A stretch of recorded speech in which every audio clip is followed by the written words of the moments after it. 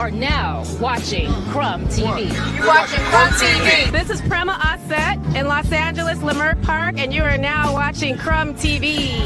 You are watching Crumb TV. And we're watching Crumb TV. You are now watching Crumb TV. So subscribe. I am the Grand Sheikess, Unity Temple number 80, More Science Temple of America, and you are watching Crumb TV. Yo, this is that kid 179.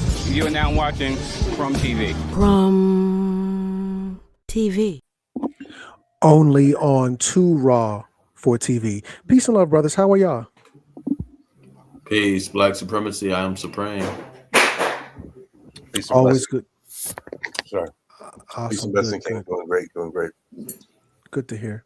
Okay, so we are gonna finish. Well, I don't know if we'll finish tonight, but we'll at least do a part 2, and I think we'll get through the lion's share of it. So without further ado, Nick versus Pierce, part 2. Let's see what they say. Yeah, or maybe both. Maybe you do know but don't care. You only seem to be focused on black people who commit crimes. And again, if you hadn't prefaced the whole debate about racism by openly conceding you are a racist, I could read other connotations into what you've been saying. But once you've said, okay, I'm a racist, and then you only talk about black crime, I think people can watch this and they can say, yeah, he's a racist. And everything that he says about crime is driven through the prism of being a racist who judges people according to their skin color. Well, it's funny because it's quite on the contrary. And I said this in a similar monologue. The problem is not that I wake up and I walk down the street and I see someone that doesn't look like me and it makes me angry. The problem is there's a pattern of behavior, which we've all seen. Blacks in America have become narcissistic, and they become narcissistic because they've been told they're victims of racism, they're victims of slavery. They've been told, really, there's no accountability. If they're rude, if they're inconsiderate, if they're criminal, they are told that they have no agency for their actions. They're being told, if you act in this way, it's because the white man made you that way. It's because the system's rigged against you. And so we have been telling black people this for a generation, and now there's no rules. Now they go, and what we hate to see as decent people, not even as white people, but decent people, even black people too, what we hate to see is rudeness, obnoxiousness, inconsideration, criminality, violence. And that's that pattern of behavior that we see all over social media, on so the just body to be clear, cam footage, you don't like black people who play the victim and are rude. Is that your position? I don't like that pattern of behavior. And who are narcissists. Just to kind of address that part, one thing that I really had a hard time coping with was slavery identity. And I didn't necessarily think about it until I looked at how the Jew does with the Holocaust. The Jews' whole fucking identity is based around the Holocaust, and that's how they move. Oh, no, can't be another Holocaust. Can't be another Holocaust. Oh, you're anti-Semitic Holocaust. It's like, just because I don't agree with you or like what you're saying, blah, blah, blah, it doesn't mean it's going to be another Holocaust. And when I look at Jewish people, I don't see Holocaust victims, even though that's how they want their identity to be. I don't see that. And I don't personally want my identity to be that of a slave. It happened. We persevered through it. And not that I want to forget, but I don't want it to be my identity. We were slaves. And I don't know, is it a part of our identity, or is there another form that we take outside of ex-slave? That's a powerful question. Well, let me ask you this, bro.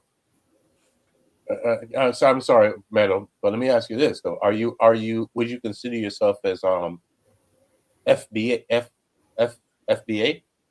Foundation of Black America? Sure. Yeah. Okay. Go ahead. I would say that's a powerful question. I think we had to make that. To me, slavery is not our history; it's an interruption of our history. So right now we have to recognize it as that and just change the narrative as far as how it is perceived, because right now it is given a certain narrative because mainstream mayonnaise media wants to portray it that way. They want to portray slavery in this way, that black people were under white people. Like, this stuff was lies mostly. You know what I'm saying? We all know that. We should know that the first people that had slaves here in America were black. The white ownership of it was not really that long as people as they make it out to be. So this whole narrative, the whole slave narrative, is a lie, and we should be right now destroying all lies, including the slavery lie. Did you want to tap in, Dre, or shall we continue? Yes, sir. I see where this is going. Yeah, you're ahead of me. Turn this around on you're me. Ahead of me, aren't you? Because when I said, Very clever. What black friends have you got? You said, I am kind of black, aren't I? No, not that. You said, I'm not saying you. I'm just saying your choice of black friend is Ye, who is arguably the number one black victimhood narcissist in America. Do you understand the problem? So he's your friend. He's one of the very few black people you want to be associated with, but he's the epitome of what you just said you abhor about narcissistic black people. I disagree. I disagree with you, and I'll tell you why. Because Ye, if you've ever met him in real life. I have, yeah. Okay, well, then he's nothing but polite, considerate. Actually, he was very rude to me the last two times I interviewed him. He's a supreme narcissist, and he's also. You keep interrupting me. You're very rude. Are you black? Because you're being very rude by interrupting me right now. To you, I'm giving you a hard time, but I okay. do want to finish my point. I do want to finish my point about Ye. He is a guy who, when I was with him, wanted to make sure that everybody was heard. Everybody felt included. He's actually a very soft-spoken guy, very polite. And by the way, not violent. When you look at all the rappers that are in the music game, many of them, especially from Chicago, drill rap, they're talking about killing people, shooting people, they gangbang. He notably, if you know about him, he got his start because he was a nerd. He wore a backpack and a polo, and he wasn't a gangbanger. He rapped about his feelings and girls and his dreams and his ambitions. So no, and by the way, he would tell me all the time, he doesn't even feel black. They make him feel not black because he doesn't do those things, because he's soft-spoken, because he's artistic, because he's a bit of a nerd or likes fashion. So I would disagree. He's actually not like that at all. Okay. We're talking he's also a Hitler-loving anti-Semite. And we're going to take a little commercial break here, and we're going to come back and talk. I think there has been a manufactured, just like with Black Lives Matter, the black culture is not real black culture. It's manufactured culture. Yes. And it's what serves the dominant society, or in particular the Jew. And Kanye did break that mold. Kanye wasn't the average rapper when he came out. When he came out on Rockefeller, he was side by side with Beanie Siegel, who every other line he'll shoot you in the face. Yeah. Even though what we do is wrong, and we went from even though what we do is wrong to through the one. I don't even know the words, but I knew it was soulful. And Kanye at that time, he was so soulful that I think it was Jay-Z, maybe I'm wrong. I think it was Jay-Z who coined the phrase based off the Kanye beats, and everybody started saying it at one point in time, take him to church. Because Kanye implemented or reinserted what our ancestors had through gospel, through Negro spirituals, even R&B, where it was soulful, from the love ballads to where now it's Chris Brown, these hoes ain't loyal. Which, fine, these hoes ain't loyal, no problem. I think it's a nice tune, but it doesn't accurately represent black culture. It is manufactured black culture, and Ye has broken the mold of what it means or what it should look like to be black. Oh, you gotta have a big chain, and you gotta sag your pants, and you gotta, blah blah blah. What say you? Is Kanye a egotistical, narcissistic, evil person? That word, narcissist, those two words, narcissist and egotistical. To me, when I hear people say those words, it's kind of like red flags to me. Because those are words I get called a lot, right? For simply just like speaking your mind and not conforming and holding true to values, things of those nature. I hear those words, those two words, narcissist and that other one. Like I hear it thrown around too much. Yeah. Narcissist is a baby mama buzzword. Basically that's the new. If you're being a assertive black man, if you have a direction you're going to, if you have standards, even, it's narcissism. You know what I'm saying? Is you're a narcissist, and I'm gonna say I am God. If you say you can't judge a black person, I don't think, by these Western European psychological standards, because I'm gonna say I'm God automatically. That's narcissist. I'm a complete narcissist. Yeah. You know what I'm saying? If I assert that my divinity, right. So these narcissistic and things like that is these buzzwords, and to really control the narrative, you got to control the language too. So I recognize these as enemy words, just like LGBTQ, cisgender. These things are words that they try to inject into the lexicon so that they could control the narrative. Because if they call you a cisgender, what's your pronoun? And you're answering and responding to your pronoun and all that stuff like that, they have you under their control because they control the narrative, because they control the words. Toxic masculinity, another word. Ooh. Toxic masculinity, another LGBTQ generated word that, has this all-encompassing thing, and it usually encompasses black men.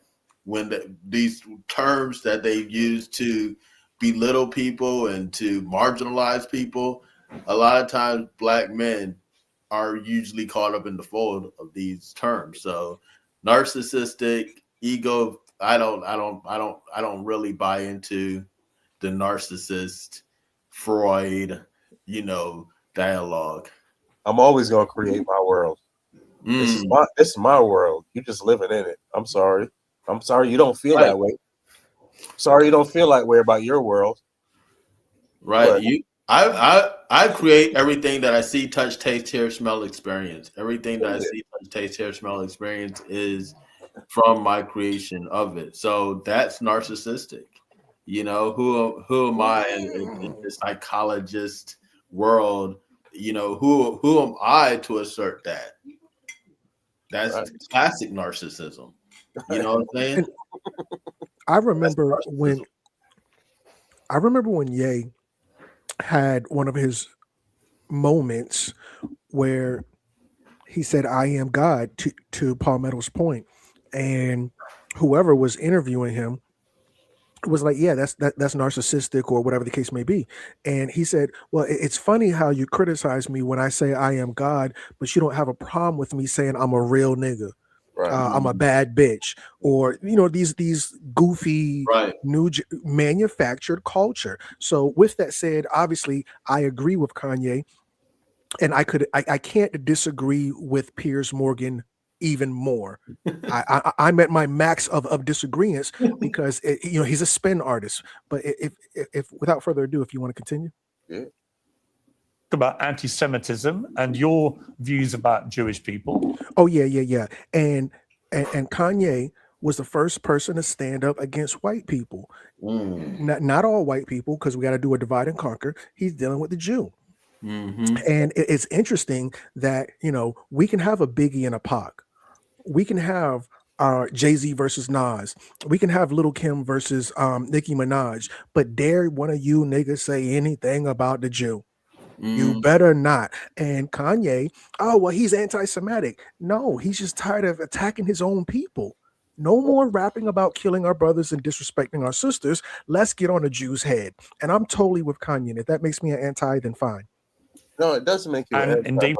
At the same time, I heard somebody, and I'm not sure if it was you, Crumb. Forgive me if I'm just repeating your words, but it's like, you know, they control everything. They take it and control it. As soon as you come out against it, then all of a sudden there's something wrong with you. You're the one that, like, just like what they did with Kanye, you know, because go ahead. It's like, we'll give you all this power. We'll let you amount all this power because we're not giving you anything, right? If you're strong-minded enough and you can pull together all this power, we're not going to stand in your way as long as you're shining on your people. Go be a king to your people. But don't turn around over here and think you're going to try to make any waves or go against any grain over here, because this is where the real power comes from. We make that money that you're spending. Right.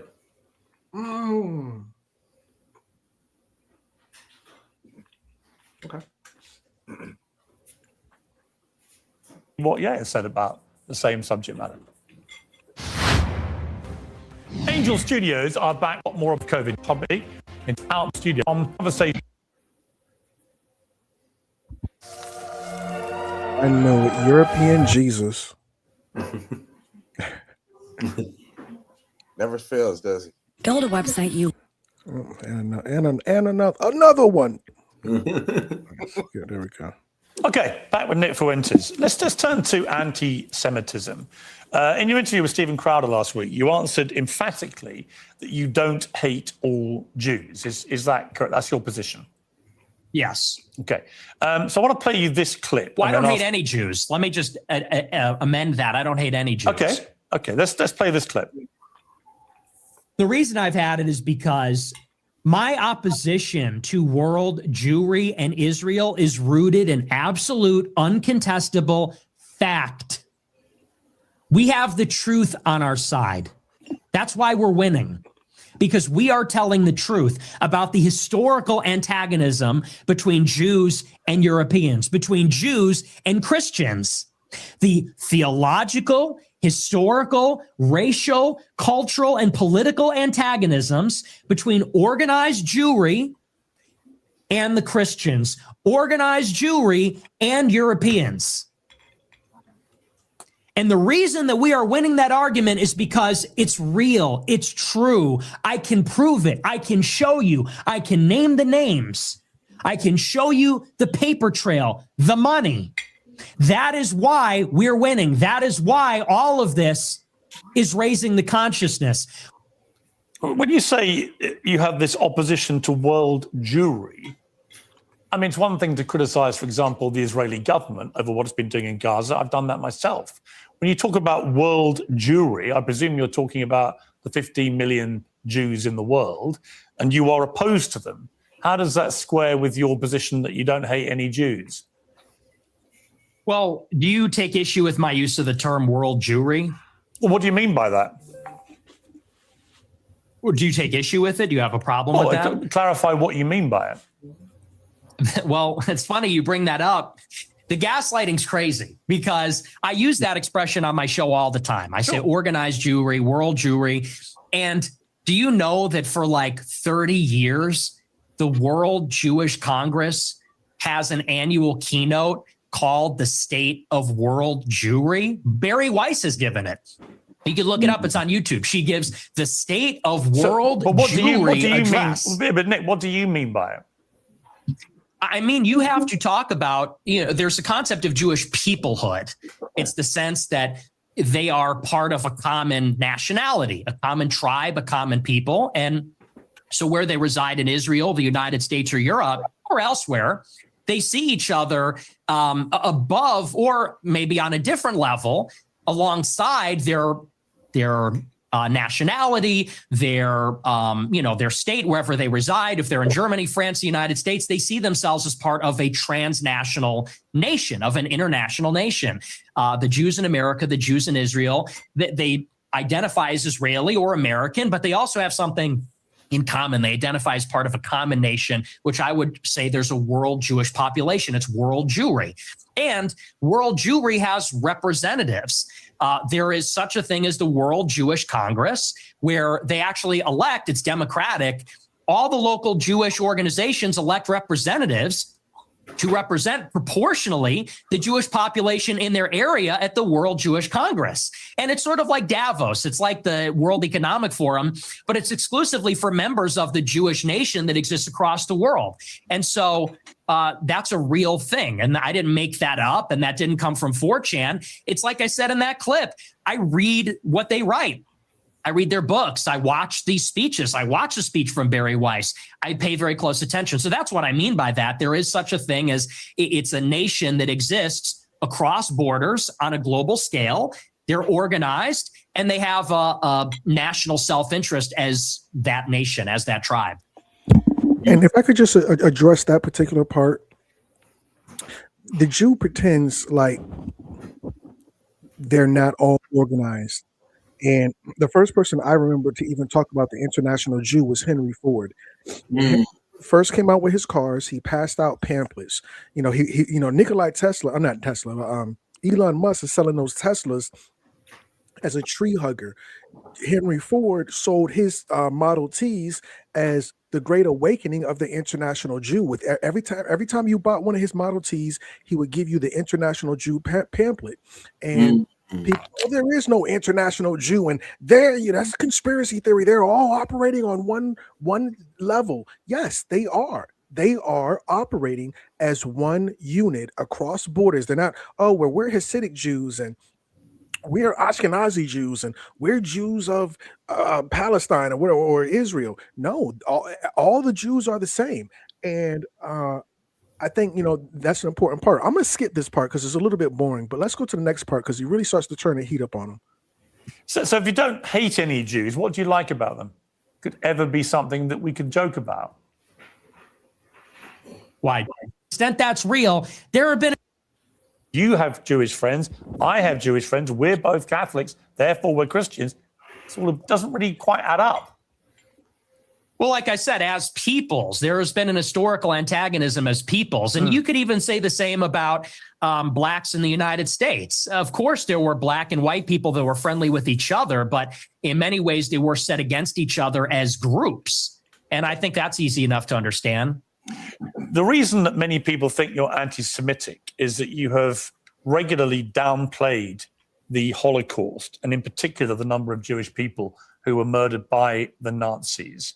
It's been said that you believe no more than several 100,000 have been killed. And I want to play you this clip.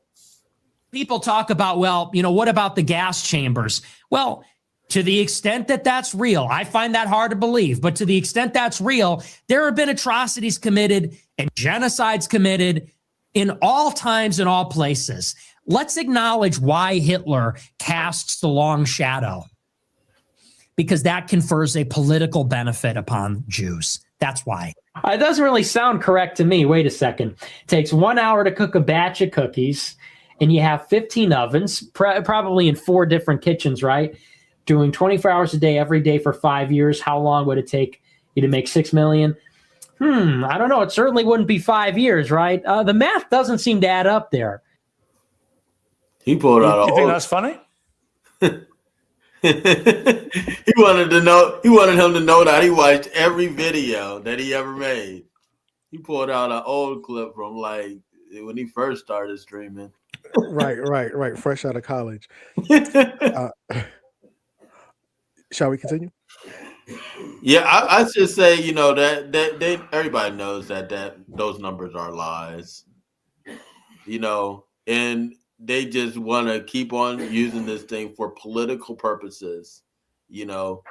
and just be the eternal victim. You know what I'm saying? Why they are encroaching on everybody else. So they try to throw black people in that. That's why they try to get black people George Floyd and all this other stuff. To be these victimhood people. And that's what mainstream mayonnaise media promotes is the black victimhood. Race hustling. We're such victims. We're out here in the ghetto, y'all. Blah blah. Like it's just a bunch of victim mentality stuff, and you got to step out of that victimhood. Playing victim is big business, and I didn't realize it until I started studying the Jew. As a victim, you can make a bunch of Holocaust movies, and they've made so many fucking slave movies that I've heard tons of black people say, I'm tired of watching slave movies. I don't even want to be the victim this much. All right, bro, no more slave movies. I mean, it does seem a little bit like overkill to where to be a victim, you're going to get movies, you're going to get books, you're going to get museums. And I went, they had that black museum in Washington, D.C. I'm glad they shut it down because it was garbage. But, playing victim is big business for both blacks. I'm sorry, please. No, like there's a state-sponsored Jewish community center in like every decent neighborhood all across America. Mm-hmm. You know what I mean? Just for the kids to go and, whatever, stay out of trouble and play basketball and do all these, like, our little things in our neighborhoods get shut down so fast. Like, even when they got a little community, they put up a little community and the community developer put up a basketball court in there, all of a sudden the hoops are taken down or whatever because they don't want, like,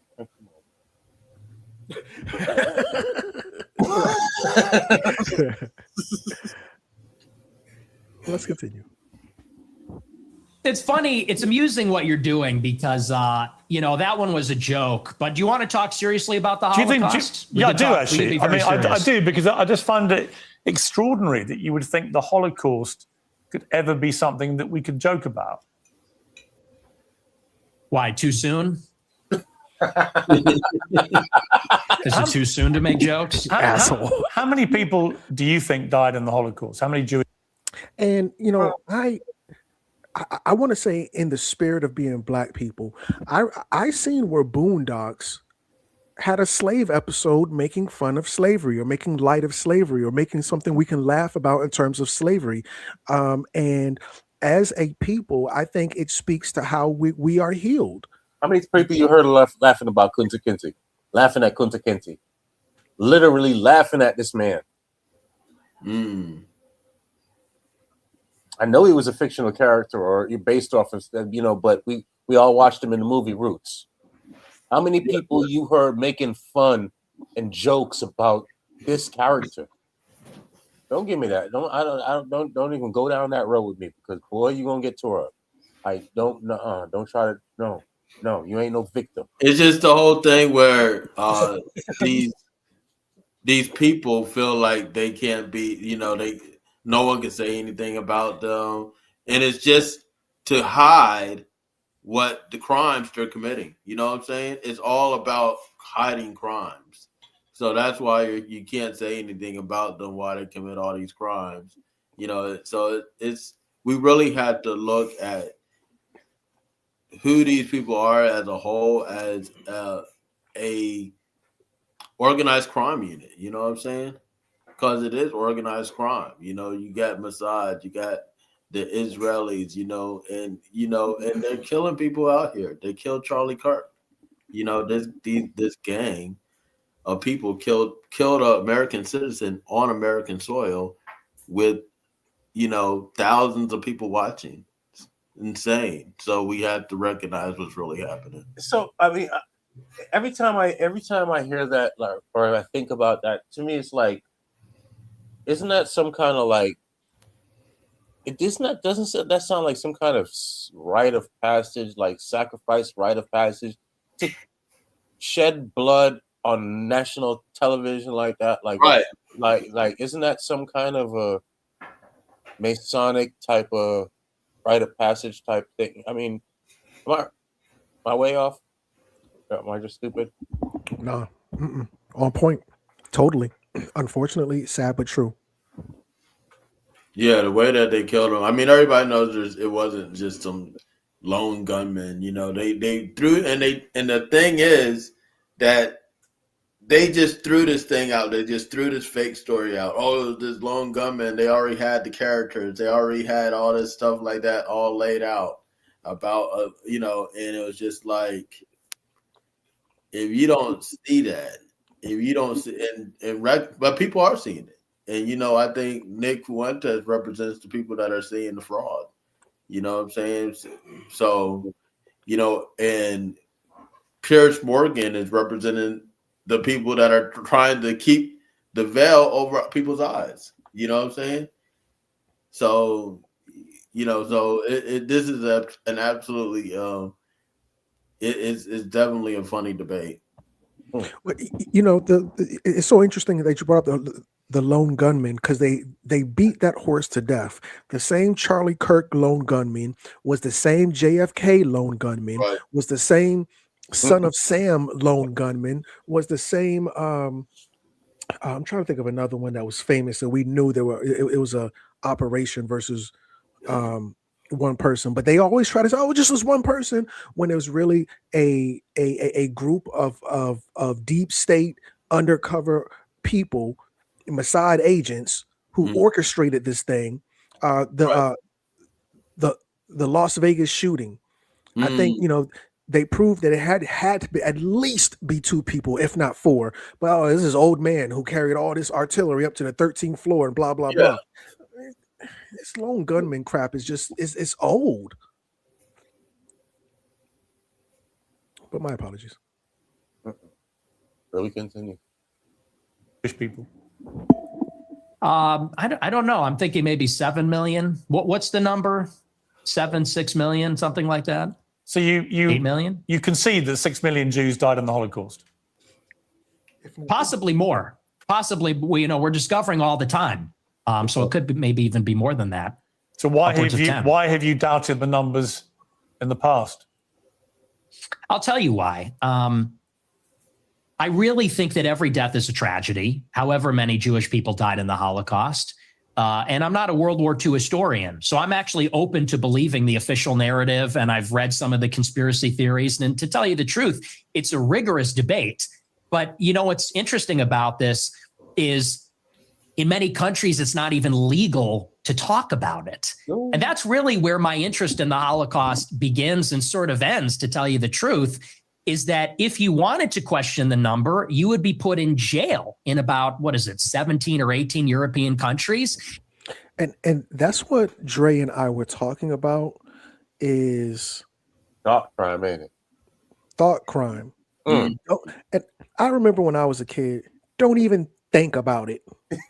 But nobody was gonna lock your ass up for it, right? Or even worse, right? Even worse. Right? You grew up in the church.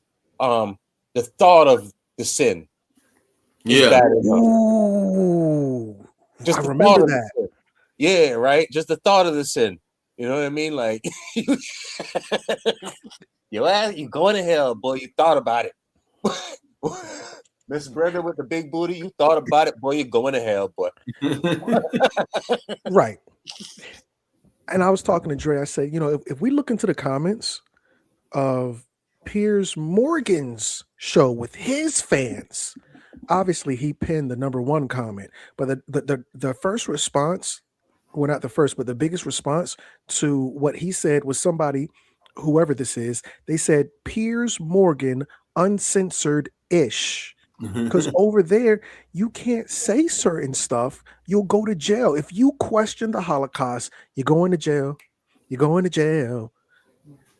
And that speaks volumes. So, you know, okay, hey, it's just one funny, goofy person. Let's see what the rest say real quick, and then we'll go back.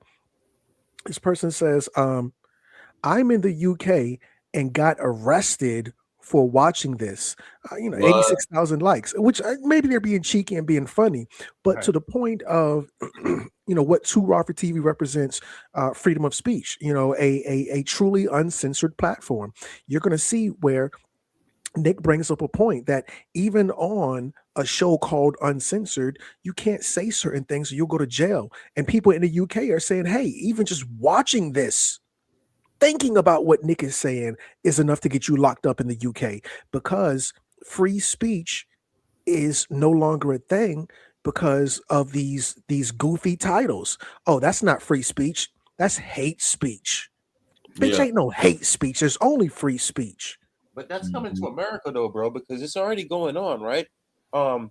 When we were children, right?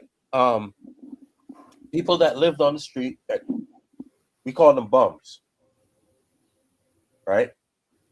As time progressed, they said, no, you can't call them bums, right? They're just homeless people. They're just people without homes, right? So homeless, right? Progress to 2025, you can't use the term homeless anymore. These are houseless people now. Even though you still have the same bums, you're not allowed to. So that's definitely coming to America, bro. It's on the way. And if we don't stop it in its tracks, like, Right. You can't say bums. You can't call a person fat. You can't. This is all on hate speech. You can't say kike. And remember when the most famous reference to the word kike was Michael Jackson. Kick me, kike me. They don't really like me. All I really want to say, they don't really care about us. And they made him take that out. You can't say Jew me, do me, everybody sue me. All I really want to say is they don't really care about. They made him take those words out the song. You can't say kike. You can't say Jew. You can't say retard. You can't say homeless. You can't say fat. This is all hate speech. And just like Dre was saying, in America, it's coming. Yeah. To where shows like this will get your ass locked all the way up. You can't say faggot. Faggot. That's another one. Yes, sir. You can't say tranny. You can't say midget. Because and the reason why is because we have all these conformists, right? People keep on leaning and bending and twisting and turning, right? And call people like you and I that want to keep the freaking standard of just human behavior, human living. We're narcissists. We're egotistical assholes. Yeah, it's crazy. You can't say faggot, tranny, or retard, but you can say nigger all day. You can say nigga all day. Nigga, hoe, bitch, all day. Till your teeth turn white. Touche. Shall we continue? That's it. And I think that's really the more interesting conversation, which is that this is almost like a religious dogma in the West. No other genocide, no other atrocity is treated like this. Could you imagine if in the United States they said the number of Palestinians killed in Gaza is 100,000, and if you don't say that, you're going to jail, you're banned on X, you can't have a job? That's the part that's totally insane. And a lot of people, they can't even make up their minds. I think it's actually done a disservice. If your goal, and I'm not saying you as Piers Morgan, but if your goal, if you're an advocate for awareness about this, if your goal is to convince everybody that this is the way the Holocaust happened, I think the last thing you'd want to do is say that everyone that disagrees is in jail and is banned and you're not allowed to say it. So there's really been no open debate about the subject since the scholarship started to be produced about 60 years ago. But there is no debate to be had about the number of people who were murdered. Even the Nazis in the trials after the war confirmed the numbers. The amount of documentation that was recovered, notwithstanding the attempts by the Nazis to destroy it, the amount of documentation that was saved and preserved and used for trials and for historical record is unprecedented in the history of mass slaughter of human beings. So we have a very clear idea of how many people were gassed to death in the gas chambers. We have a very clear idea of how many were starved to death, were kept in ghettos, died of disease, of forced labor, of death marches. We know how many Jews were slaughtered. Can I say it's at least 6 million. Can I say something real quick? What the hell kind of a bragging right is this? What kind of a bragging right? Oh, more of my people were slaughtered than your people. Victim Olympics. Yeah. What? And it really triggers me. You know, shout outs to you, Crumb, new market and promotion director for Two Raw for TV, right? You taught us a few things, and just implementing a couple of those things. One of the most viral posts I have on the internet right now has to do with how many people were slaughtered. I'm so sick and tired of the notifications from that post. Like, what the hell are you guys arguing about?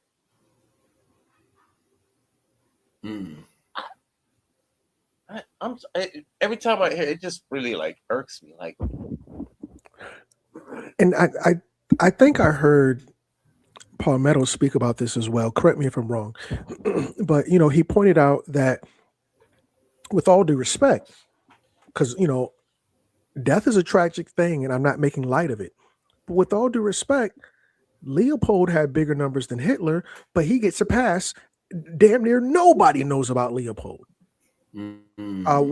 What he did in the Congo, I don't even know what the numbers are, because they drill the 6 million into your mind, but they don't tell you how many Leopold killed. They don't tell you how many people Joseph Stalin killed, and so on and so forth, to where, you know, Hitler is the number one bad guy in the world, and he's done the most worst, baddest things ever. When we look into it, some of these people will make Hitler look like an angel. I don't believe in the 6 million thing at all. I think, you know, maybe it was 250,000, and a lot of that was because of poor hygiene.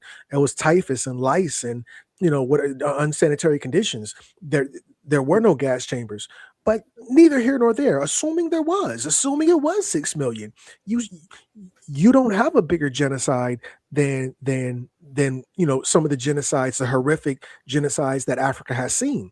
Right. But because those people don't have enough clout, those stories get pushed to the back. And also too, Crumb, those people aren't out here screaming, "Hey, so many of our people got slaughtered." They're not shoving it down your throat at every single term. Every time you meet one of them. Hey, by the way, hey, I'm John. By the way, do you know 800 million of our people got slaughtered? And you know, I noticed that same weird identity with sexuality, where now, just like they're wearing these weird things on their sleeve, you know, they're wearing the homosexual's whole identity is around homosexuality. The Jews' whole identity is around the Holocaust, where when you look at normal people like us, our whole identities isn't based on slavery. We are a forward-thinking people who are not obsessed with looking back. We're looking forward.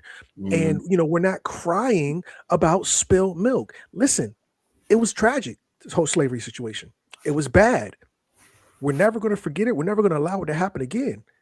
Am I going to beat this horse to death, resurrect it, and beat it to death again? No, I'm good. And I don't want to see no more movies about it. I don't want to hear no more gangster rap songs about, you know, all of this stuff. They've pushed it down our throat to attempt just as we were saying earlier, manufactured identity. And it's weird to me when the gay man's whole identity is around his sexual preference. Right. The dog mom, her whole identity is around these damn dogs. And I don't have anything, against dogs. That they serve their place, but I'm not going to call my mom a dog mom. Like these things that the Jew, because we all have the right to self-identify. Now everybody's having these weird identities, and the king of weird identities is the Jew. Even though if we wanted to play that same game, which unfortunately too many of us do, we could easily do it and outdo the Jew. But we're not that type of people.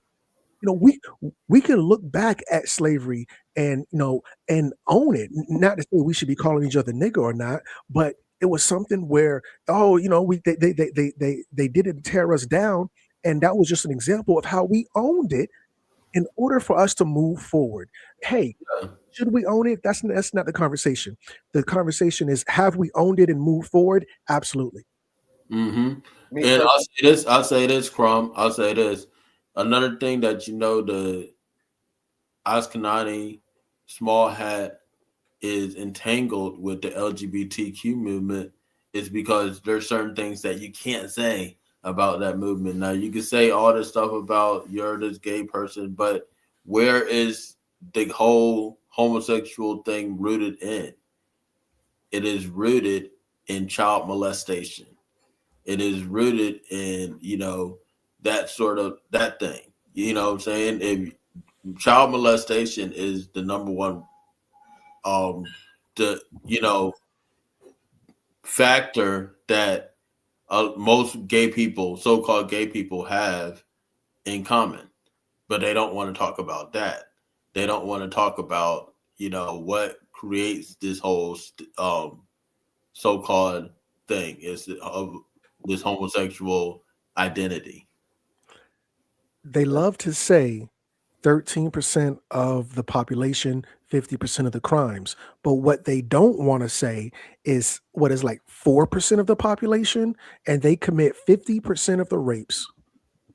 50% of all rapes are done by alternate lifestyle people. So my thing is like, live and let live to a certain extent, right? When you start talking about rape and shit like that, completely against, and you need to be hung by your nuts, and made an example of, right? But when we're talking about just regular everyday living, live and let live is what I go by, right? So for me, it's okay for you to identify as a blue hair it or whatever you want to identify as, right? Because I personally, I'm going to take that on as well. And I identify as a fire-breathing fucking lion. And I can't hold my tongue. I can't. So be careful when you stand in front of me, because fire comes out of the mouth. And your blue hair might get freaking burnt. Fair enough? One of the most controversial things that Hitler did, he had a burning of the books ceremony, and the people who were in charge of burning the books were children. And they tried to present it to us when I was a kid that they were burning science book, math books, books about deep thought and blah, blah, blah. When actuality, it was books about homosexuality, transgenderism, being born in the wrong body, all this goofy ideology. And that's where the issue is. They're going to tell you, I was born homosexual and it's natural. But however, two homosexual people can't have a homosexual baby. It's not natural. There is no genetic situation. And because they can't spread it naturally genetically, in order for this ideology to live on, they're going to have to put it in they're going to have to spread the word, the ideology, and propagate the faith of homosexuality through children. I just want to play this real quick because it was one of the most disturbing things I've seen in a very long time. Trans boy on news. I can't remember what news show it was, but they had this little trans boy, and he was on the news, and they were celebrating him, and he was even in. Should I put trans? Is it trans girl? I can't even remember how it goes. Trans girl on news show. It's not a news channel, it's like a news show or something. Good Morning America. Let me just type in on Good Morning America, something like that. Good Morning America. And this is the one. I'm not going to play the whole thing, but just get a whiff of this, because it's not enough for them to have sex with each other. They want to fuck babies.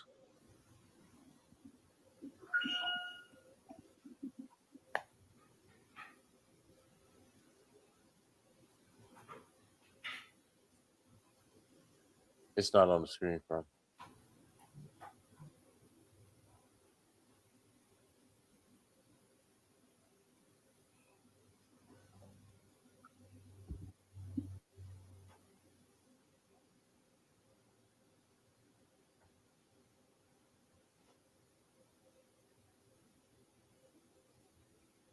You know we're not hearing anything.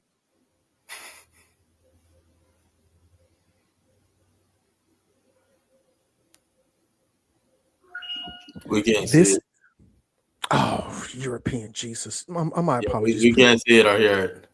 Dag nabbit, what a goofy. All right, close, share. It was only a couple seconds, but I'll play again. Please forgive me.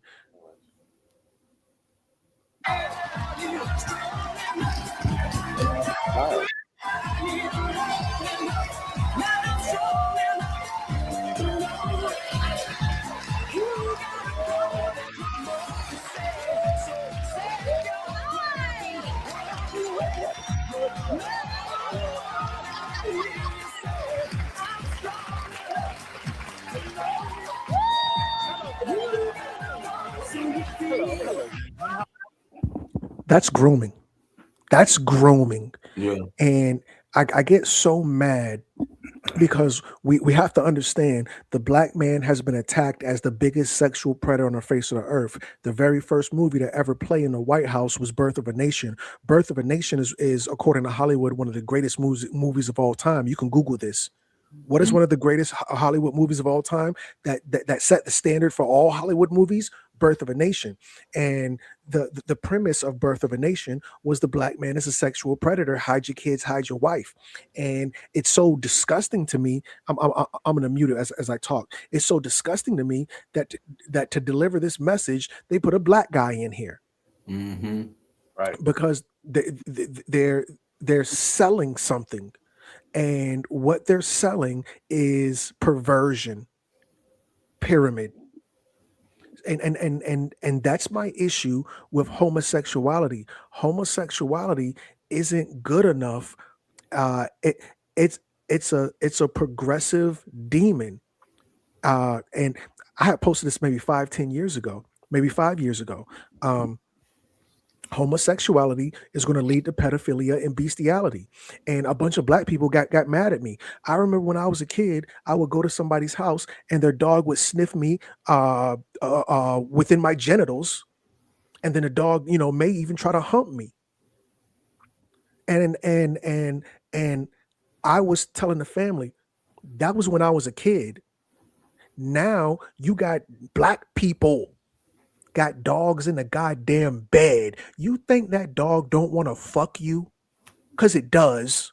And if you let it, it will. Mm. And this is where the perversion is going to go. At first it was the adults, then it's children, then it's going to be animals. I yield. That's real. And that's the whole thing, is that they're bringing this black man into that, because really, even though that was a pale male trans, the goal is to make our black boys into sex toys. So they show a pale person at first because they know a black person is going to follow up the Euro standard.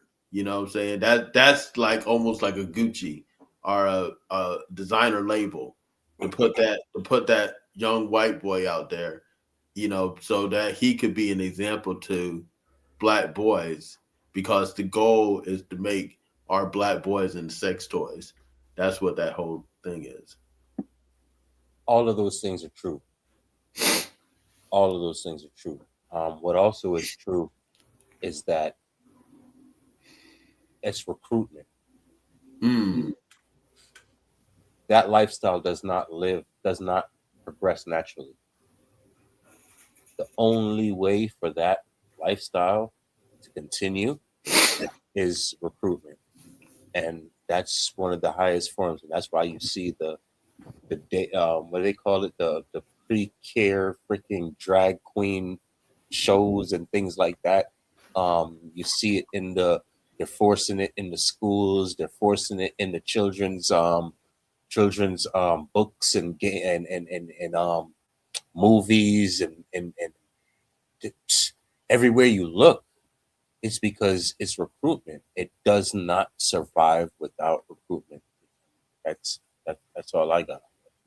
But not to take anything away from what you guys said, because those points are 100% accurate as well. Does anybody know why Shabba Ranks' career failed? Nabataban. Because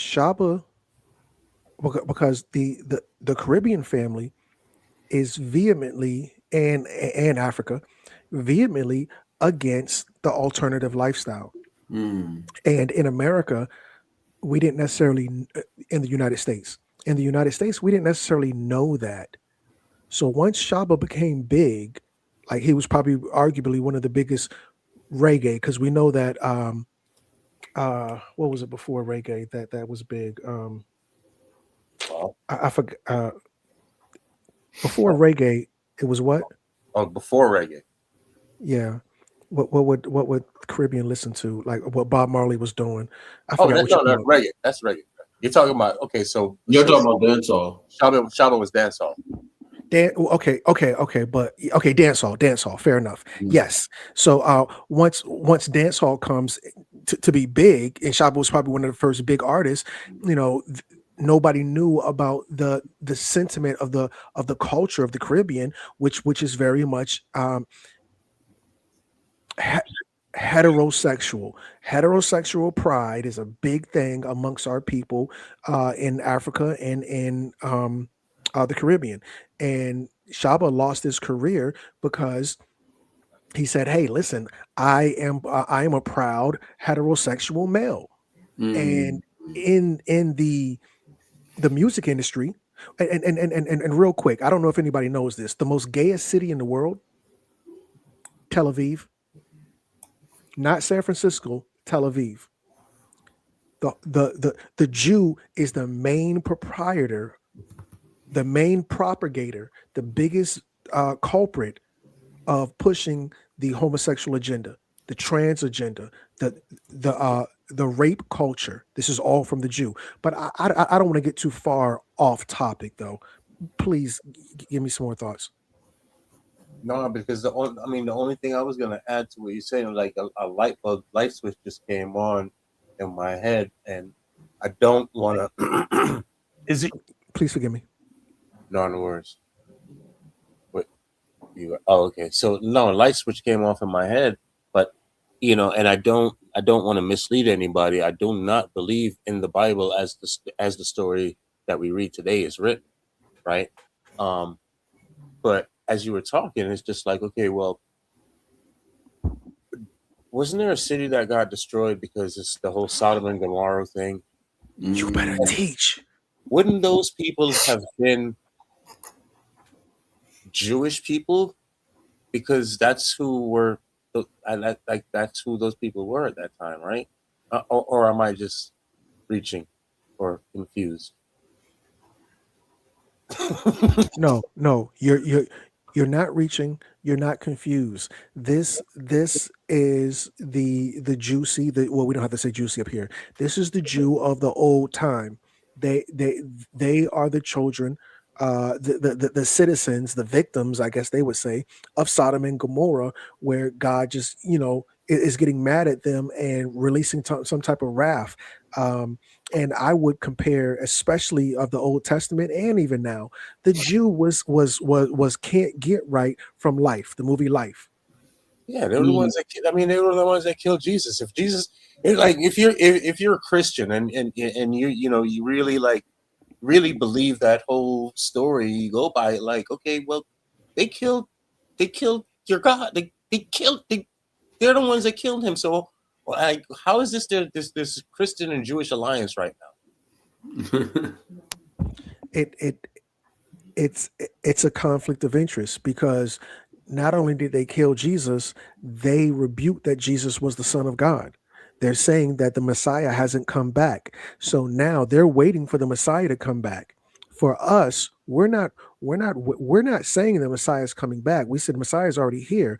We're saying the Antichrist is coming back. So now we are waiting for the return of the Messiah.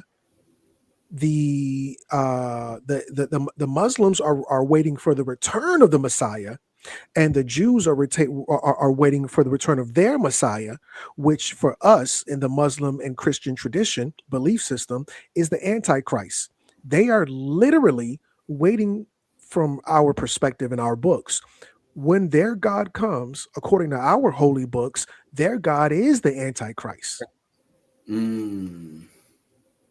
Oh, I'm sorry. Yeah, continue. Troy, the amount of documentation that was saved and preserved, and history of mass slaughter of human beings. So we have a very clear idea of how many people were gassed to death in the gas chambers. We have a very clear idea of how many were starved to death, were kept in ghettos, died of disease, of forced labor, of death marches. We know how many Jews were slaughtered. It's at least 6 million. What's interesting to me is that you appear to now concede that, which may be news to a lot of your regular viewers who have constantly heard you quibble with the number of Jews who died in the Holocaust. And for the record, just to confirm what I think you told me, you do now accept that at least 6 million Jews were killed in the Holocaust. Well, no, I said it could even be higher than that. Well, it could be higher. That is I think true. It's at least. But you I think you're accept right. at least. It is at least. Oh, it's at least 6 million. But Okay. it could be 100 times people more are than gonna that. be, the people are going to be. Let me respond to the rest of your question. Sure. What you're saying, I understand where you're coming from when you say it has been documented and there are confessions and so on. Let that speak for itself. But you don't see, your show is called Piers Morgan Uncensored. Yep. But the United Kingdom is censored and Europe is censored. And if you talk about these things, you will be put in jail in many countries. And I think that's where a lot of people start to say, well, if the truth is so clear and if there's such overwhelming evidence, why do you need to throw people in jail for disagreeing? And you yourself said, well, there is no debate. I think everything is debatable. I think everything at least should be debated. And if the evidence is very one-sided, let the evidence speak. Don't throw people in jail. So do you think that Holocaust denial laws should be overturned? I don't particularly agree with Holocaust denial laws. I don't think people should be imprisoned. Okay. Well, because I have a blanket view now, which has evolved slightly actually over the years, that I have a blanket view that speech should not be criminalized, right? People should be allowed to say what they want to say, and they should be then made accountable for what they say. If you have an employer, they can make a view about whether you are the right kind of person they want for their employment, as they would make a decision about anything else you do in life. So I actually believe that speech should never be criminalized. It's my personal view. I understand why in places like Germany, they have strong laws about it because they want to move on from what they believe was the most shameful moment in their history. I understand that. Do I want that in my country? No. Am I appalled by what has been going on with free speech in the United Kingdom in the last 2 or 3 years? Absolutely. It is ridiculous that people have been frog marched to prison cells for stuff they put on social media. Right? So, yeah, I do. I think what is more interesting to me about our exchange is I was not expecting you to go the opposite way. I was not expecting you to be so emphatic that at least 6 million Jews died in the Holocaust. And there'll be people watching this who I think will be very surprised by that, because you have built a reputation for being, if not a Holocaust denier, then somebody constantly questioning in a downward way the number of Jews who were murdered. That doesn't appear to be what your position is now. No, and here's what I would like to see for my entire career. When I started my show, it started with a good faith inquiry where I was questioning a lot of these narratives. And I said, what is the answer on the other side? But what I found is that the answer was criminalized. So when you would talk about anything regarding Jews, Israel, the Holocaust, you could be in favor of the official narrative on those things. If you went against, you were banned, censored, and in some countries jailed. And so I actually haven't made up my mind on that, because that's not really a matter of interest to me. And there's a lot of analysis and scholarship on both sides of the issue. And I've read both sides of the issue. And honestly, unfortunately, it's hard to judge because there's never been a debate on it. And there's never been a debate. I'm sorry, do you say something? Is that something, Meadow? Oh, no, I didn't say anything.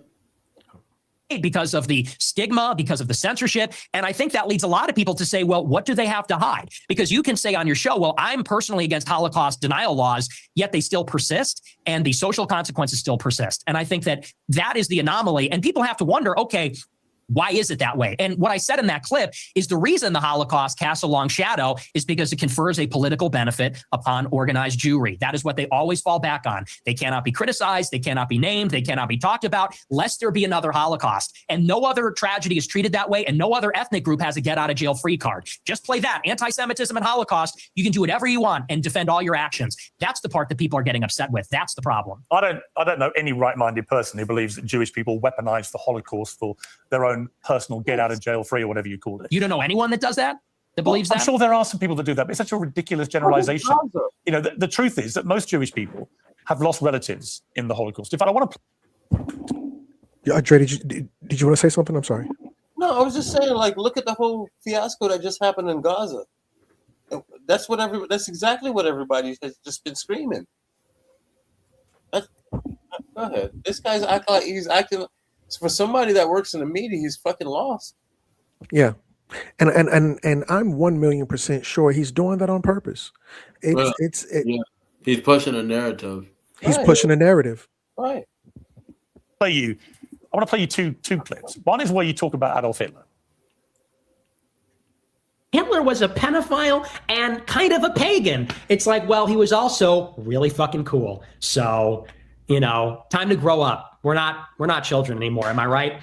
Am I right? Am I right, boys? Am I right? Let's go. He was also really fucking cool.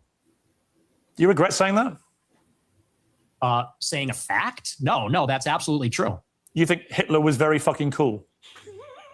Yes. So let me pause. I'm tired of pretending he's real quick, bro.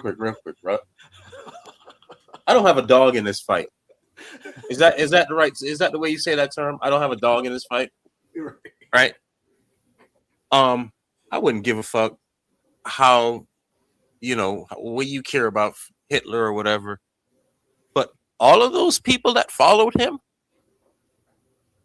he definitely wasn't uncool to them. Let the facts speak for themselves. I mean, go ahead. That's all I wanted to add. Paul Meadow, did you want to say anything before we continue? I mean, Hitler did what Gucci and Dolce & Gabbana did. They took black symbols, the swastika. They took the whole Aryan thing, and they just refurbished it, rebranded it. And yeah, our story is cool. The swastika, I love the swastika. I got a swastika all over the temple. So yeah, that swastika is cool. Well, I wanted to share this as well, just to kind of, put some context on it. According to The Sun, Nazi piece of work Michael Jackson praised Adolf Hitler, based staged outfits and fascist uniforms, and collected Nazi memorabilia.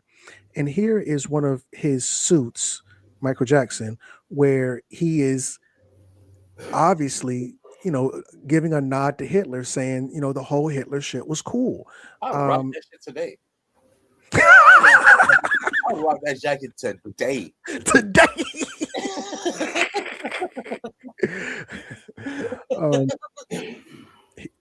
Here's another one. Michael Jackson's affinity for Nazi and Judy Garland. Jack, and of course, when they don't like him, they call him Jacko. Jacko called Hitler genius orator. Hitler had a swag about him, the way he spoke to crowds, the way he moved his hands, and the way he would, have the people in the joint marching, and it was almost like the Thriller. Well, that's not a beat. Yeah. And you can't see what I'm sharing. What an idiot. Sorry. Jacko called Hitler genius orator. Why does it keep doing that? Okay, anyway. And another one was JFK. Let me see. Can I share? I don't know why it keeps knocking me off. But JFK said the same thing. This is the president. JFK, well, that's not a K, liked Hitler. JFK, John F. Kennedy, the president who got assassinated. JFK died. Shit. Why is it not? Because I'm sharing it the wrong way. What a freaking idiot. That was my fault. Operator error. Just realized what I was doing. JFK diary calls Hitler the stuff of legends. Diary kept by President JFK as a young man traveling Europe, revealing his fascination with Adolf Hitler, is now up for auction. What did JFK mean with the fascination he had of Hitler? JFK's only diary reveals fascination with Hitler as a legend. He was really fucking cool. The way he dressed was cool. The way he talked was cool. Those marches were cool. It was a lot of cool shit with the whole Hitler situation. I yield the floor. Let's continue on.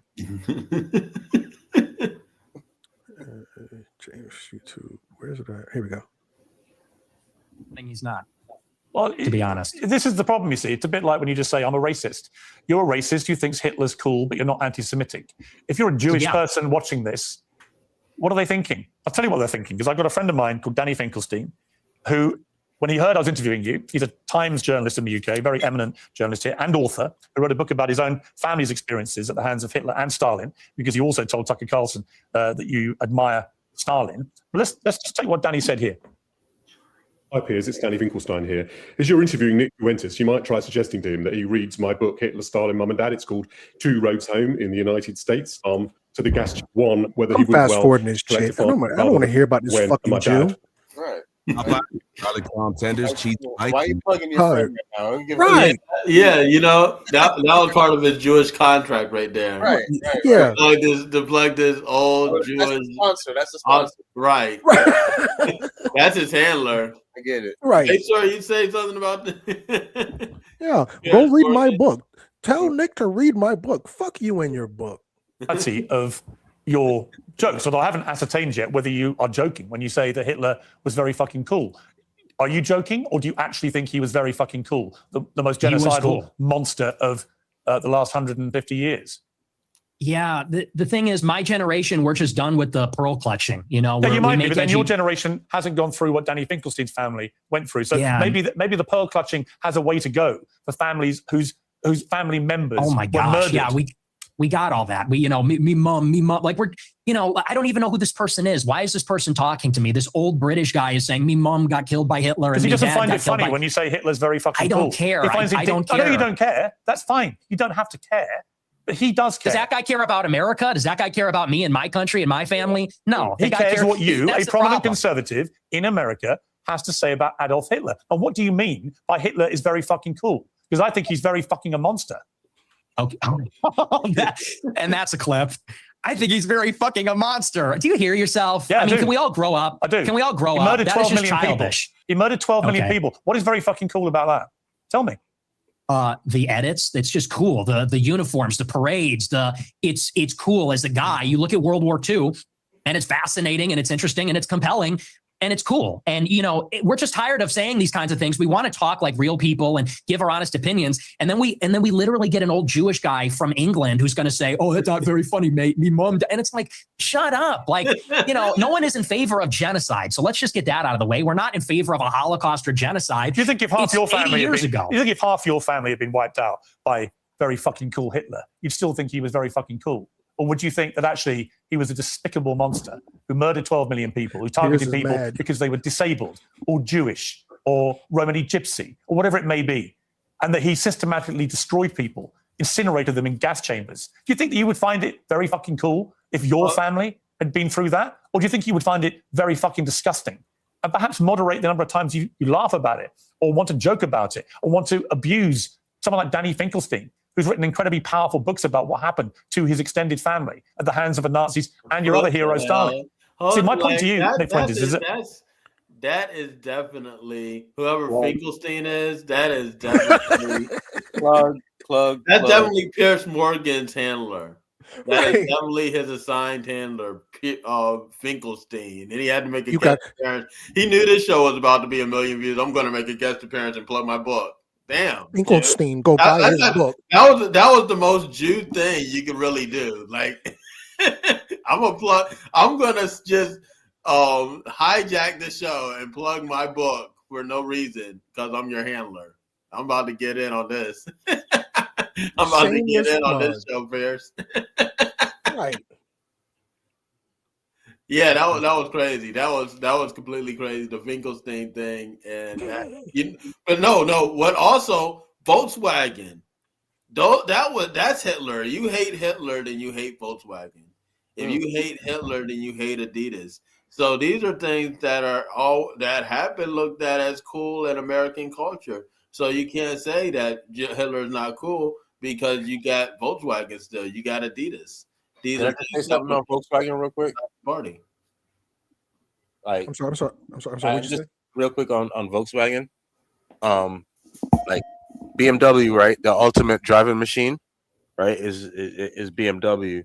Like, a lot of people can't afford a BMW, but if you want the next best thing, get a Volkswagen. Like, literally, get a Volkswagen. I've sold both. I've owned both. Oh, right. You are a dealer. Get a Volkswagen. Get you a Volkswagen. Right? But that's Hitler, though. That's anti-Semitic. You just said something anti-Semitic. Get a Volkswagen. Right. That's anti-Semitic. Well, I feel like Nick. Fuck you. I don't care.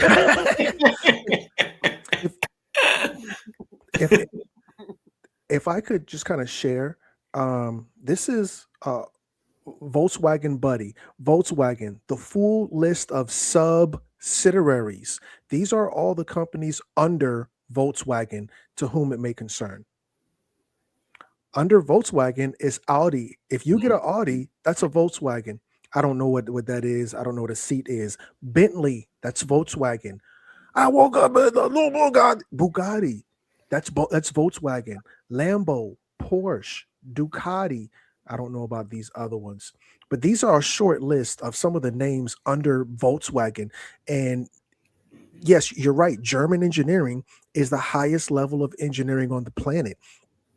And it was all brought to you by the man with the mustache, Hitter.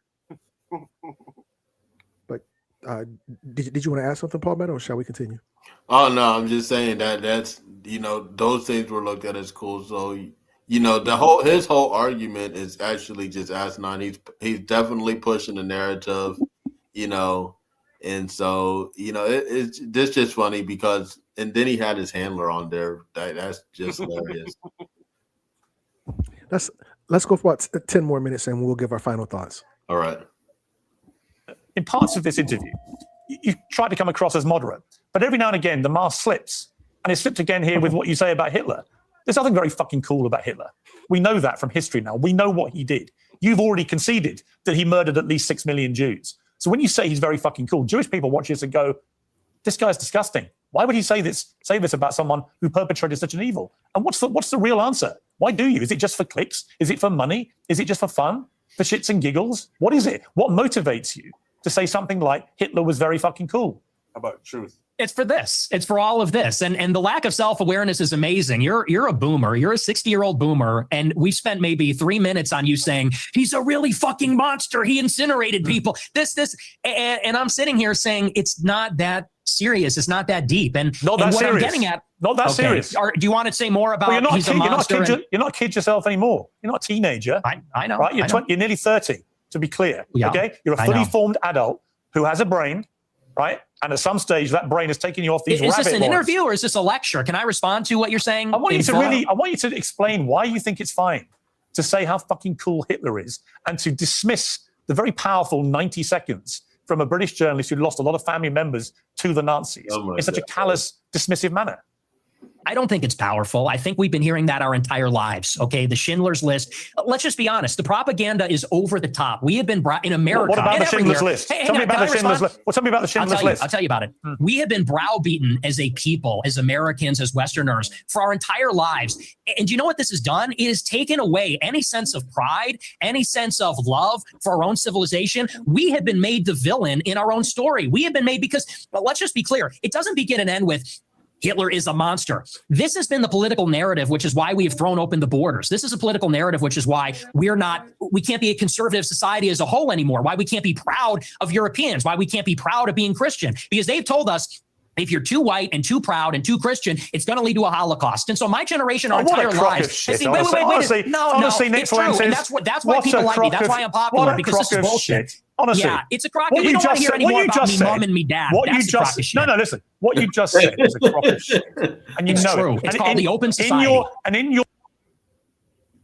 I just like these two are supposed to be, especially the old head. You're supposed to be these two big pillars of lamestream mayonnaise, mayonnaise media, right? Because Nick Fluences, you represent the social media part of it, right? The break-in part of it. That's not organized and structured and legacy. That's the term, right? So it's the two of you against each other, and you can't hold your fucking selves together and not talk over each other and wait for the next person to goddamn finish talking. Right. Why does this look? Oh, yeah, it was very dismissive.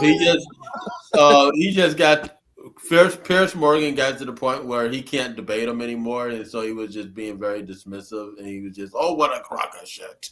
Didn't you hear what my handler said? Like, what the hell? Like, that was his argument, literally. Literally, he was like, didn't you hear what my handler said? This British guy, like, why did you keep bringing him up anyway? That's the funny thing too. Like, it's like he almost got paid to endorse this guy. Like, not almost, definitely. Yeah.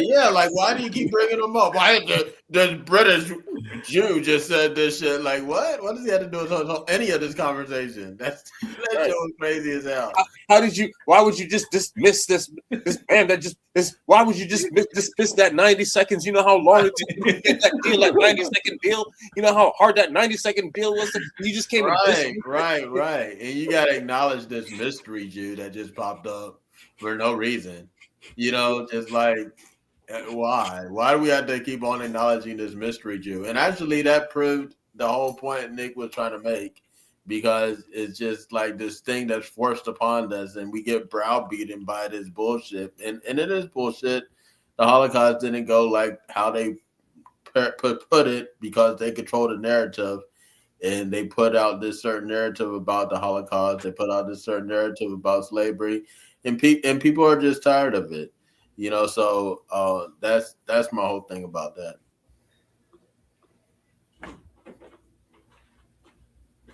Dog ducks. You know it is. You weaponize this stuff. You know. You weaponize this stuff for money, but you know when you say something like what you I'm just banned said. from banking. You I'm know banned from banking and credit cards. You know who you're talking to? I do it for money. and by the How way- much money you and by make? the Your way, company's that worth shouldn't- $100 million. Your company's worth $100 million. I was banned from Bank of America. And you I'm shouldn't have banned from been. processing credit cards. And you shouldn't have been. But I am. So don't tell me I'm doing it for money. Well, ask me my opinion about that. I'll tell you shouldn't have been. Right? I don't agree with that. What happened to Then you? don't say I'm doing it for money, because you know that full well, and you say it's a How much grift. money- how much if I money wanted to are be you- a grifter, I'd be like you. How and much I would money go are- and say, How much money are you making? I'm making a lot of money now. Yeah. Now that I'm the #1 live streamer in America, because people agree with me more than they agree with you. We're tired of hearing about slavery and the Holocaust and Jim Crow. We're done hearing about that. You guys I'm not overplayed your done hearing hand. about that. Okay, well, your generation's on the way out, and Generation Z is coming up, and we're finished with that. We're ready to take our country back. I've got 3 We're not sons. listening I've to got crying 3 minorities sons. anymore. I've got 3 sons, and they don't share your views about Yeah, well. slavery and about the Holocaust. They can have decency and compassion and humanity about some of the worst things that have happened in the last 150 years or more. Sound like girls. They can do that, and they can also have concerned views about issues like immigration and other issues. The two things are not mutually incompatible. You can have different views about different things. It's your lack of humanity and compassion for people about things like the Holocaust, about slavery. It's that people find so contemptible. And I don't understand why you need to do that. Again, I just ask you, is your motivation financial? Is your motivation for fun? What is the motivation to saying these outlandish things, which you don't need to say, and which I suspect, I don't know, I suspect a lot of it is performative. So what is the motivation?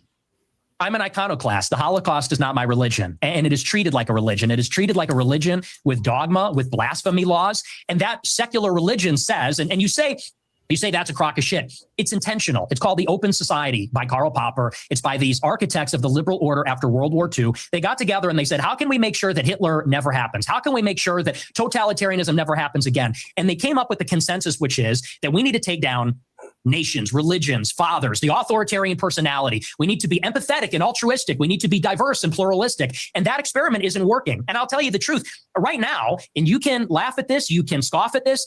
Our people are being genocided in our country. 50% of the live births in the United Kingdom and in the United States are non-white. In 100 years, my ancestors, your kids who are so empathetic and compassionate, they're going to be a minority. They're going to be a minority in maybe a Muslim country, an Indian country, an Hispanic country. And these Jewish people that are 100 years old talking about my grandparents and the Holocaust, they don't care about that. Actually, they like to see it. At the SPLC, they're literally counting down the days until whites are a minority in America. So forgive me if I don't believe them when they talk about compassion. There's a genocide going on right now. It's not against the Jews. How many Christians are there? Let's close it out there.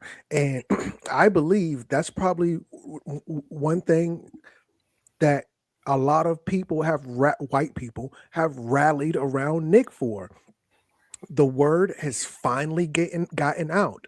White people are going extinct. Pierce is not taking it seriously.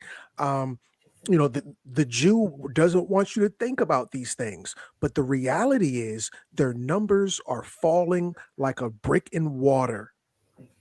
And it's a very serious thing. And I think Palmetto spoke on it last time. Like it or not, this is going to be a black planet very, very soon. Mm-hmm. Yeah, absolutely. And they can't stop it. It's not a genocide. It's a result of bad decisions. You know what I'm saying? They're finally feeling the result of all their years and years of bad decision making. So, it's they control their destiny, and this is what their destiny brought them. Manifest destiny. Manifest all of them being gone. That's the destiny that they created. They keep on trying to hold on to this whiteness. As long as they try to hold on to being so-called white, then this is the fate that they're going to have. There's not going to be any more white people because white is a fake construct.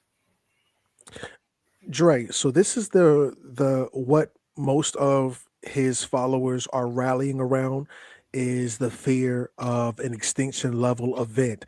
And Pierce is kind of playing it down. Is this something white people should be concerned about? That's not my dog. I don't have a dog in that fight. Just to be honest with you. You know what I mean? Like, worry, don't worry. Fuck, it's the matter with me. Right? I hate to sound like a broken record, but good information is like water. You don't drink water one day.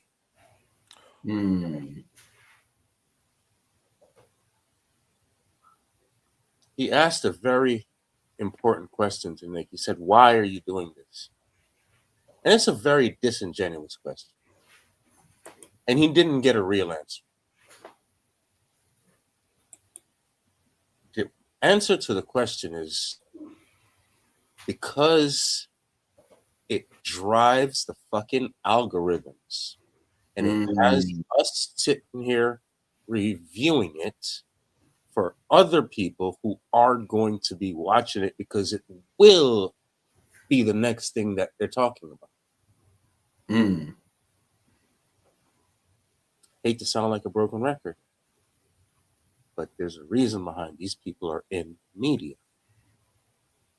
And that's the reason behind it. Not taking away anything from any of the truths that's being said. But why is it being set on fire? Why is it being said now? Because that's what the algorithm wants to hear. Yeah. So even Pierce Morgan has to bow down to the social media algorithms and all of that thing. You know, that's why he brought an internet person there. Why is a legacy media so-called star bringing some internet guy that they doxed and everybody knows he lives in his parents' basement? You know what I'm saying? Why is he bringing a basement? So probably what a lot of people call a basement bum, into a legacy media spot. You know what I'm saying? It's because the algorithm, you know, and he has to do that now to even be relevant. If I could share this with you, in his lives category, I just hit the most popular video. The most popular video he had is from 3 years ago with 4 million views. And the Nick Fuentes video is just from 2 days ago at 3.7, which, if I had to guess, is, God's will, life lasts, as my grandma used to say, then this will be his number one video, at least in the live section, because it's only been 2 days. It'll hit 4 million probably tomorrow. So as you were saying, this is going to really hit the algorithm because Gen Z, as we were saying on the last one, they were born with cell phones in their hands, where you and me may not have gotten a cell phone well into, at least after 18, and when we were considered to be adults. So yeah, absolutely. This is what the majority of the white populace is talking about. And I think, as Dre was saying, that's why we're here today, just kind of eavesdropping on their conversation, because ultimately we don't have a problem having babies. Extinction is nowhere in the Black conversation of any Black person, and unless we like really bring it to that level, maybe on abortions, but it's nothing for us to get pregnant. We it's so easy for us to procreate. And I think with the whole GMO thing, the seeds keep getting smaller and smaller and smaller, and then they will eventually be infertile. And that's what we're seeing with the white man. His genitals are small, alluding to the fact that he's infertile. We even saw the cartoon King of the Hill, where Hank Hill, a part of the narrative, I'm sorry, a part of his backstory is that he has a narrow urethra. And they have a problem getting Peggy pregnant. And you're not going to see any type of Black anything where the Black man or the Black woman has a problem getting pregnant. It's just not a thing in our community. In fact, it's the opposite. We got to go out of our way not to get a girl pregnant, because we are a very fertile people. So I'm going to have to agree with Dre. We don't have a dog in a fight. In actuality, our issue is the opposite because of how fertile we are. My friend, not to be too graphic, he said he pulled out. He pulled all the way out and whatever on her stomach. And then I guess they just kind of went to sleep. And he was being very. I don't think he was lying. And he said she still got pregnant. That's just how powerful our baby batter is. Super sperm. Super sperm, like red super sperm. Okay, so that's basically where we're at. I don't think we need to really go any further into this. They talk about how Nick is a celibate. He's an incel. He's involuntarily celibate. And they kind of go into that in the later part of the thing and Catholicism and stuff like that. But I think we hit the nuts and the bolts with the black and with the Jew. So now that we've kind of listened to the Nick versus Piers Morgan, please, gentlemen, Dre, closing thoughts. My closing thoughts is really and truly, we're living in a day and age where we get all of our information from our like palm of our hand, right? Wake up in the morning and it's right there. I don't care what you're going to go do. They are sending information to you. Like,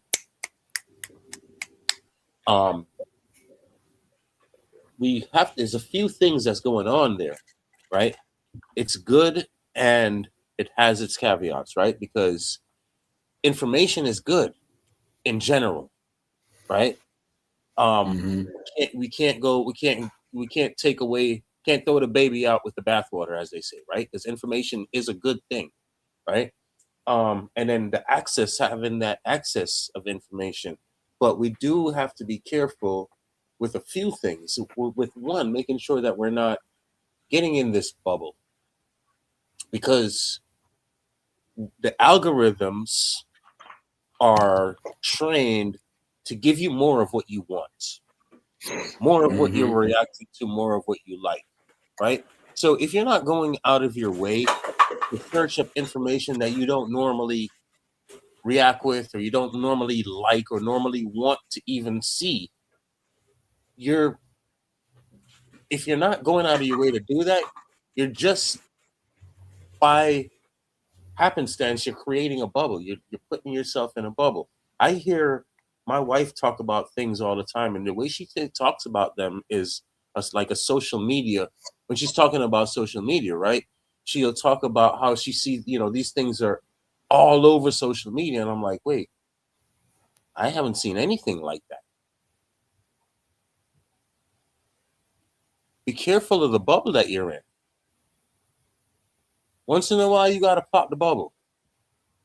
That's one of the things that you need to be really very careful. Another thing I would like people to be careful about is when you see something and it's the most viral thing that's going on right now, ask yourself why. What is the reason why this is the most viral thing? How does it make me feel? And why would whatever is putting this towards me want me to feel the way this is making me feel? Take it from there. Those are the two things I would like to say. And then the other thing I would like to say is thank you for being with Two Raw for TV. We really appreciate you being here. 150%. Make sure you like, share, subscribe. The subscription levels, right? Upgrade it. If you like what you're doing, like what you're seeing, hit us with the $3.99, hit us with the $5.99. The $3.99 helps us keep the lights on around the place, right? You would hate to be watching one of these shows and all of a sudden the lights go off, right? $5.99, it says, hey guys, we really like what you're doing. I want to see you grow. I want to see you beat legacy media. Hit us with $5.99. That's my final thoughts. Nick won. That's my. If it's gonna be verses, if we're doing verses, yeah, Nick won that because he just Pierce was just going with the same old rhetoric, same old thing. And, you know, someone like Nick Fuentes, who wasn't, he's not somebody in the legacy media, but he obviously, studies legacy media. He obviously studied Piers Morgan and his approach, and he was able to take him down at his own thing. And I think that's powerful to see someone from the internet, someone off the internet do that. What do you think? Whatever you think about Nick Fuentes, the internet is undefeated.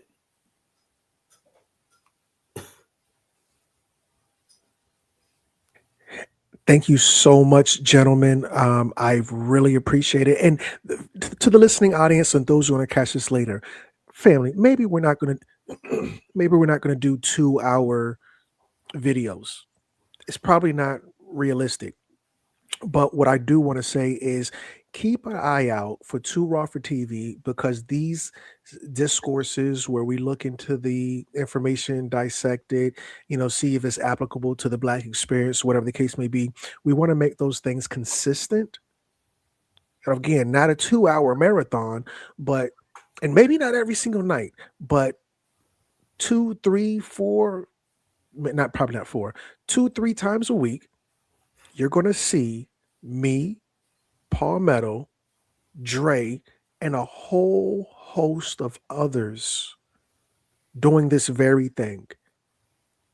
The internet is undefeated. And if anybody doesn't, these are my final thoughts. If anybody doesn't understand what Palmetto means when he says legacy, the only reason I knew, and I found out in a very horrible way, I was working at Bank of America and they were going to shut down my department, but they don't say we're going to shut down your department. They said we're going to make your department legacy. What do you mean you're going to make my department legacy? So then somebody pulled me to the side. We're going to put you in the archives. And what you are seeing is the fall of a giant. The internet is undefeated. You're not going to get the real news. You're not going to get the uncensored version from off legacy media. The internet, where it is, Too Raw for TV, people like us are going to be the ones who don't have an agenda, who don't have a Jewish sponsor. There will be no Finkelstein. We are taking sponsors.